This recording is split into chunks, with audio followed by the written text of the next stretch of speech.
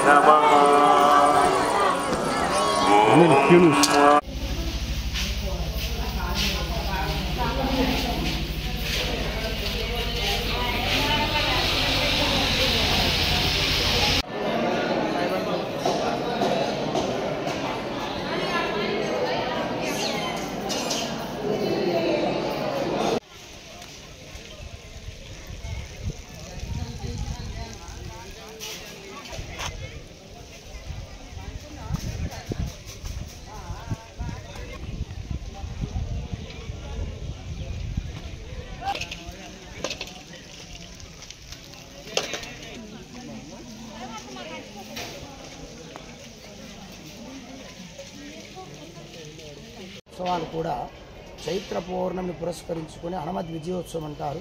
దీనినే చిన్న హనుమాన్ జయంతి ఉత్సవం అని కూడా అంటారు.